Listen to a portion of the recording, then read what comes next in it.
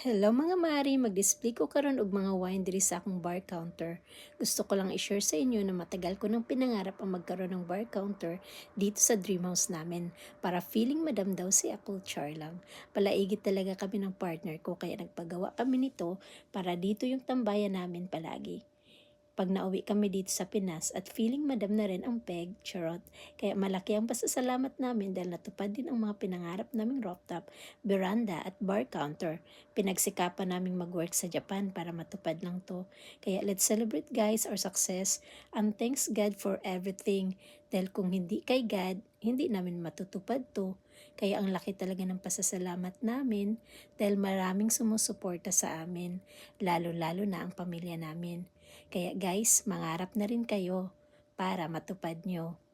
Thanks for watching guys!